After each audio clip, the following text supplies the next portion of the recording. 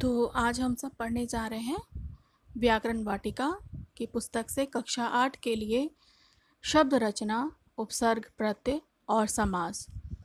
लेकिन इस पाठ में हम लोग केवल उपसर्ग को ही समझेंगे और दो पार्ट्स में आपको ऑडियो भेजा जाएगा, जिसमें पहला जो है वो उपसर्ग के विषय में है। उपसर्ग को हम लोग पहले अच्छे से समझेंगे।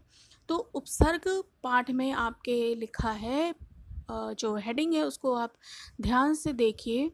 लिखा है शब्द रचना और ब्रैकेट में है उपसर्ग, प्रत्यय और समास। तो इसका अर्थ ये होता है कि उपसर्ग, प्रत्यय और समास ये तीनों ही शब्द रचना के अंतर्गत आते हैं।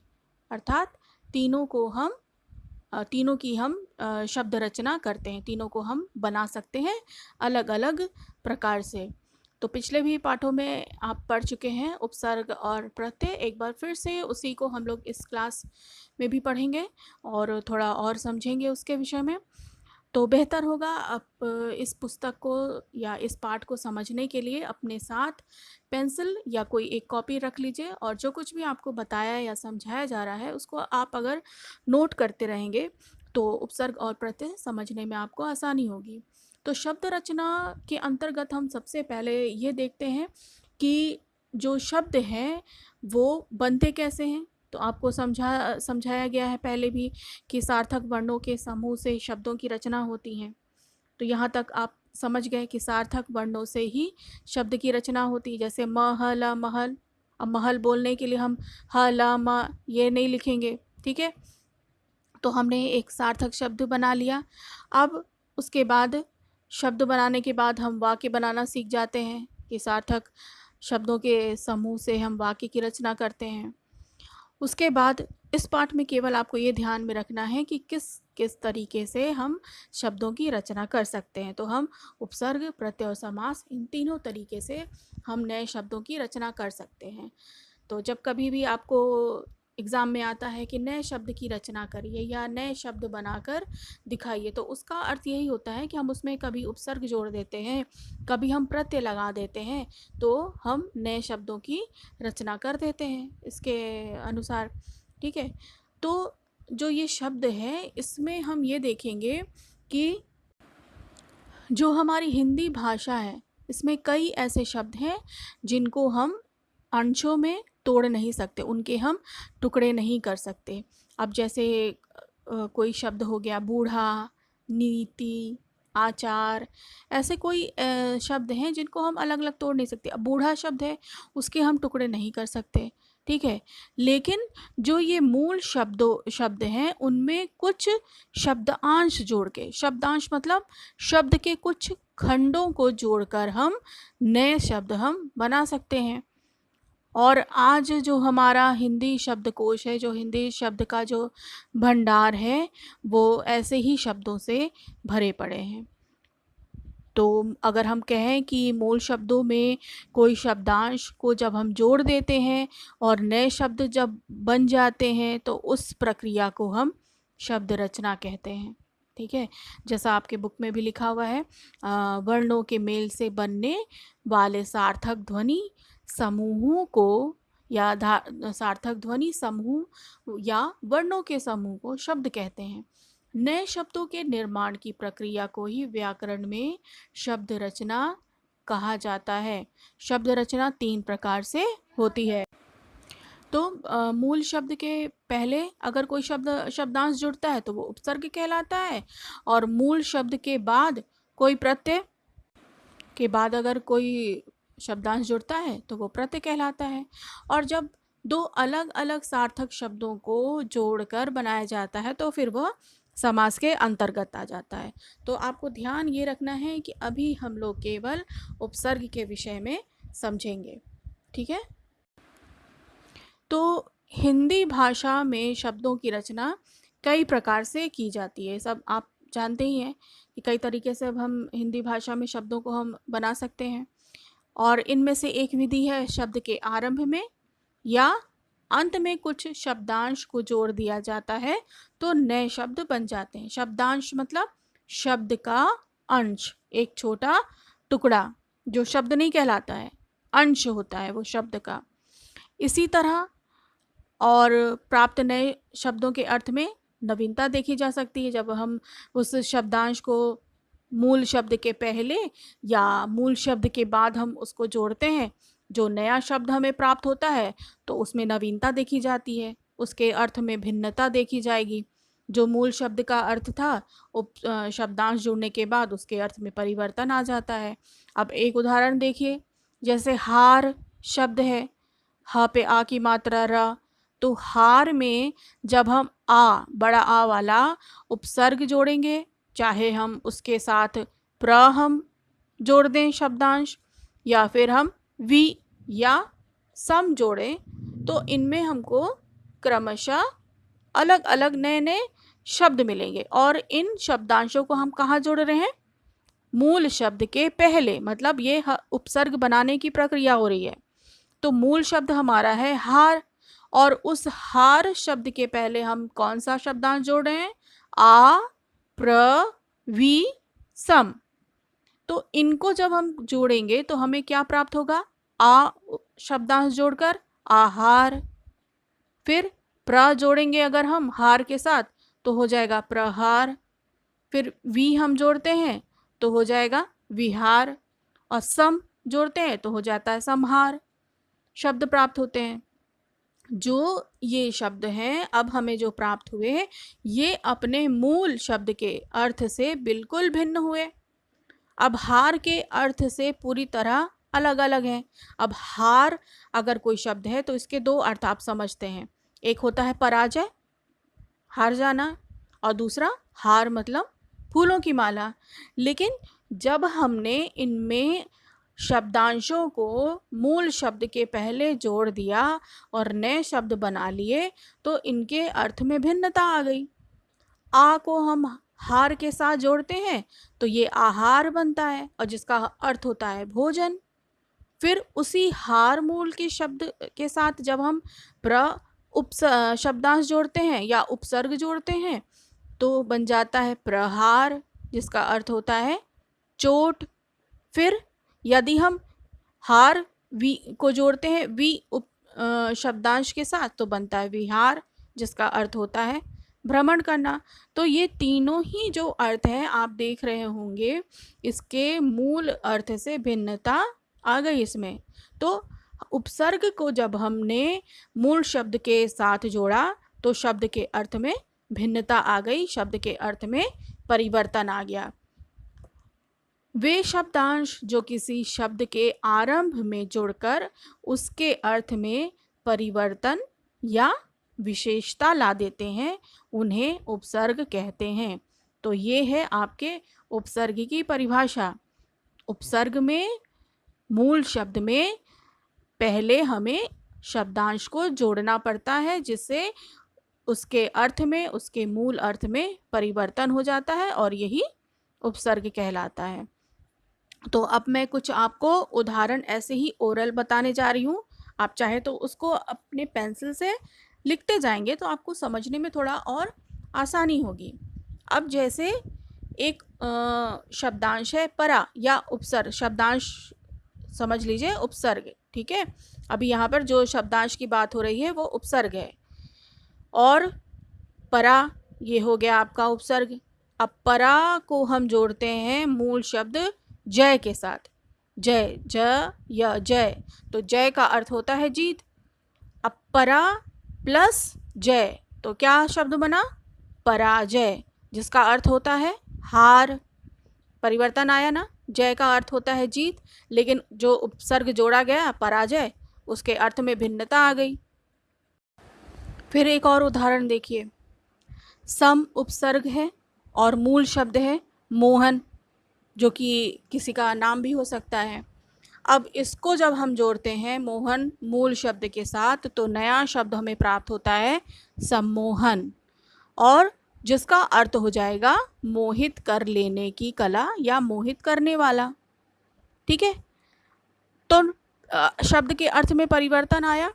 फिर है आ उपसर्ग और इसको हम जोड़ेंगे मूल शब्द गमन के साथ, गमन, गमन के साथ। गमन का अर्थ होता है जाना, और जब हम इस शब्दांश को जोड़ेंगे तो नया शब्द हमें प्राप्त होगा आगमन, और आगमन का अर्थ होता है आना। ठीक है, गमन होता है जाना, लेकिन उपसर्ग जोड़ने के बाद जो नया शब्द बना उसके अर्थ में परिवर्तन आ गया। उसी तरह मूल शब्द मान, जिसका अर्थ होता है इज्जत, और इसके साथ अगर हम जोड़ेंगे अप तो शब्द नया मिलता है हमें अपमान, जिसका अर्थ हो जाता है बेइज्जती। फिर है पात्र, लायक, और इसमें अगर हम जोड़ते हैं कु उपसर्ग तो बनता है कुपात्र, फिर उसका अर्थ हो जाता है नालायक। तो इसी तरह आप देखेंगे कि जब भी आप किसी मूल शब्द के साथ किसी शब्दांश को जोड़ते हैं शब्द के पहले, तो उस शब्द के अर्थ में परिवर्तन आ जाता है।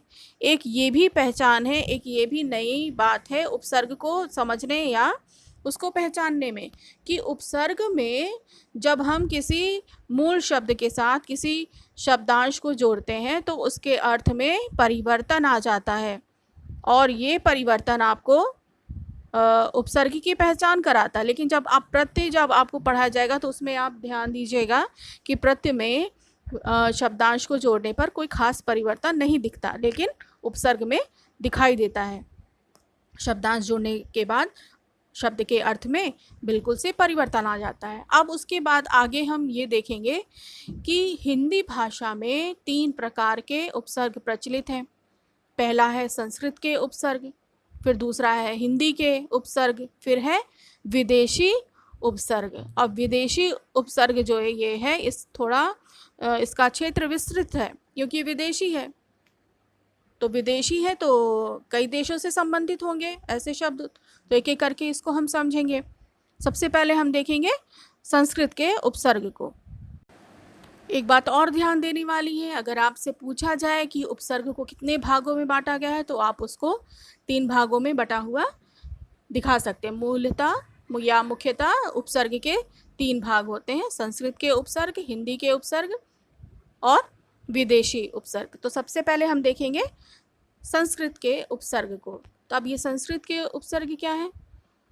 तो संस्कृत के जो उपसर्ग हैं इनको हम तत्सम उपसर्ग भी कह सकते हैं। तत्सम शब्द आप जानते हैं, तत्सम शब्द वो शब्द होते हैं जो संस्कृत से स्वतः ले लिए गए हैं और उसको हिंदी में हमने एज इट इज़, जैसा वो है मूल रूप में, उसी तरीके से हमने उसको हिंदी में भी अपना लिया, उसमें हमने कोई बदलाव नहीं लाया। ऐसे शब्द को हम तत्सम शब्द कहते हैं। तो संस्कृत के जो उपसर्ग हैं वो तत्सम शब्द भी हम इनको कहते हैं, और ये उपसर्ग प्रायः उन शब्दों के साथ जुड़ते हैं जो संस्कृत भाषा से हिंदी में आए हैं। अर्थात संस्कृत उपसर्ग वो उपसर्ग हैं जिनमें हम ऐसे शब्दों को जोड़ते हैं या ऐसे शब्दांश को हम जोड़ते हैं जो संस्कृत से आए गए हैं, संस्कृत भाषा से जो आए हैं, ऐसे उपसर्ग संस्कृत के उपसर्ग कहलाते हैं।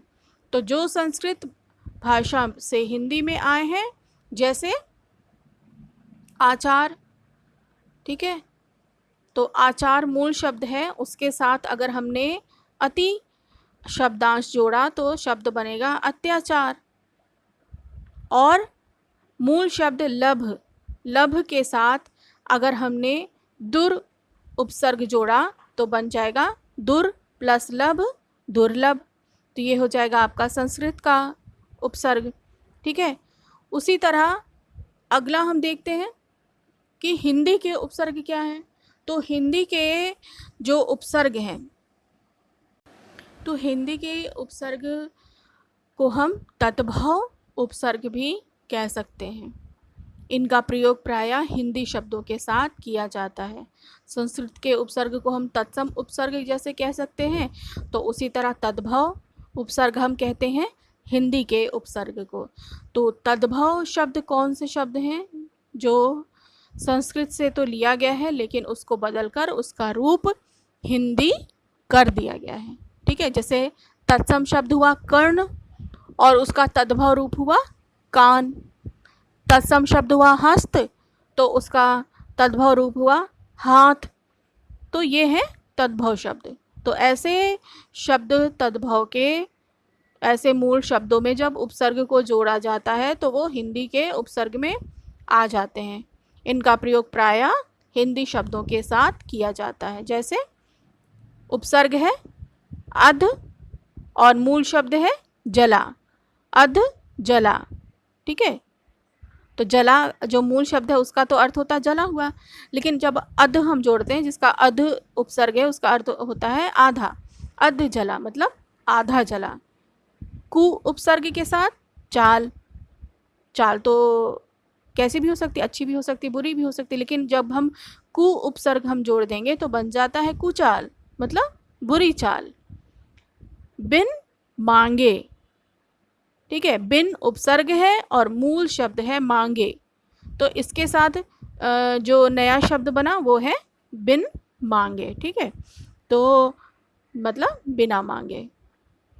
मांगे का अर्थ होगा, मूल शब्द का अर्थ था मांगना, लेकिन बिन मांगे का अर्थ होता है बिना मांगे, मांगना नहीं पड़ा। उसके बाद दो हमने पढ़ लिए, संस्कृत के उपसर्ग, हिंदी के उपसर्ग। उसके बाद तीसरा एक बचा है विदेशी उपसर्ग। अब इस विदेशी उपसर्ग को हम कैसे समझेंगे?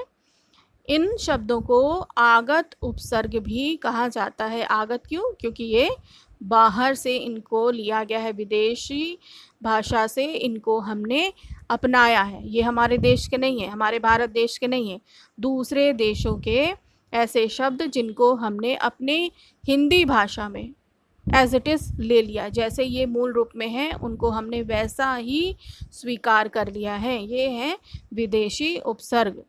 तो विदेशी उपसर्गों में अरबी, फ़ारसी और अंग्रेज़ी के उपसर्गों का प्रयोग विदेशी भाषा के शब्दों के साथ किया जाता है।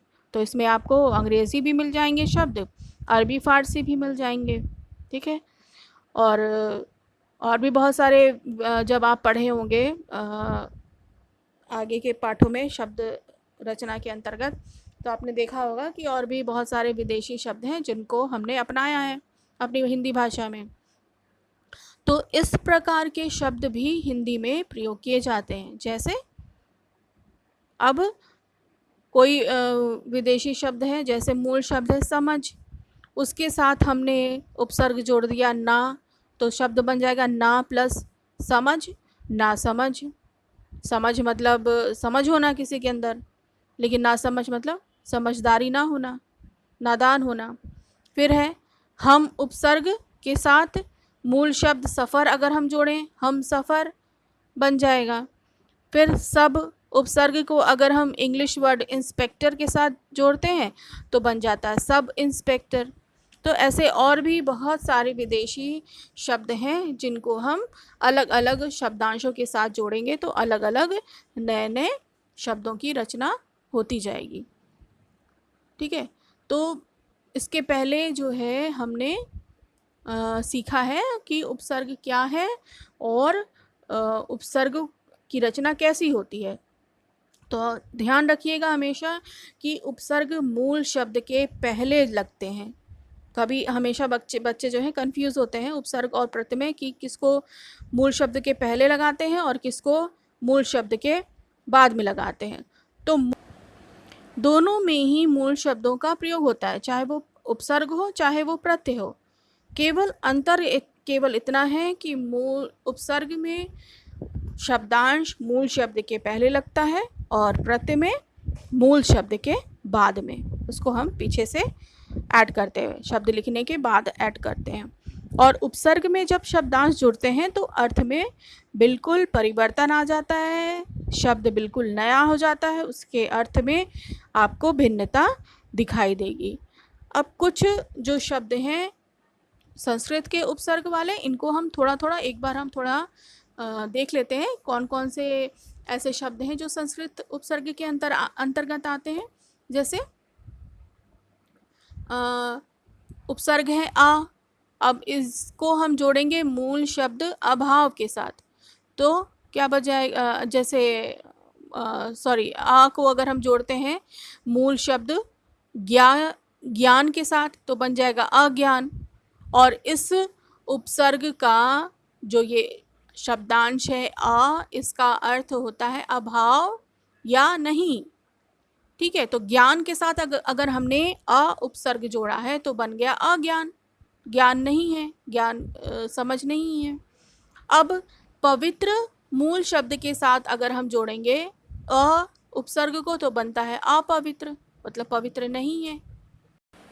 के साथ अगर हम जोड़ते हैं धर्म के साथ उपसर्ग तो बनता है अधर्म, मतलब जिसमें धर्म नहीं है। तो जो है नया शब्द बनता है। तो इसके बाद जो है नया जो आपको पार्ट मिलेगा उसमें आपको प्रत्यय समझाया जाएगा। इसमें हमने उपसर्ग को समझा है, तो एक और वीडियो बनने जा रहा है जिसमें आपको मैं प्रत्यय के विषय में समझाऊंगी। और होगा तो एक और वीडियो आपको मैं दे सकती हूँ जिसमें उपसर्ग प्रत्यय जो है इनको अलग अलग भागों में आपको समझाया जाएगा। लेकिन काफ़ी बड़ा बन गया है वीडियो, मुझे नहीं लगता था कि इतना बड़ा बन जाएगा। ओके, खैर कोई बात नहीं। और अगर आपको समझ में आया है, आपको अच्छा लगा है, तो प्लीज़ आप चाहें तो मेरे चैनल को सब्सक्राइब कर सकते हैं, इसको लाइक कर सकते हैं। कुछ कमी लगी हो तो आप कमेंट भी करिए, आपका वेलकम है। इससे मुझे भी कुछ नया परिवर्तन लाने में आसानी होगी। और इस वीडियो को देखने के लिए, समझने के लिए आपका थैंक्स। ओके।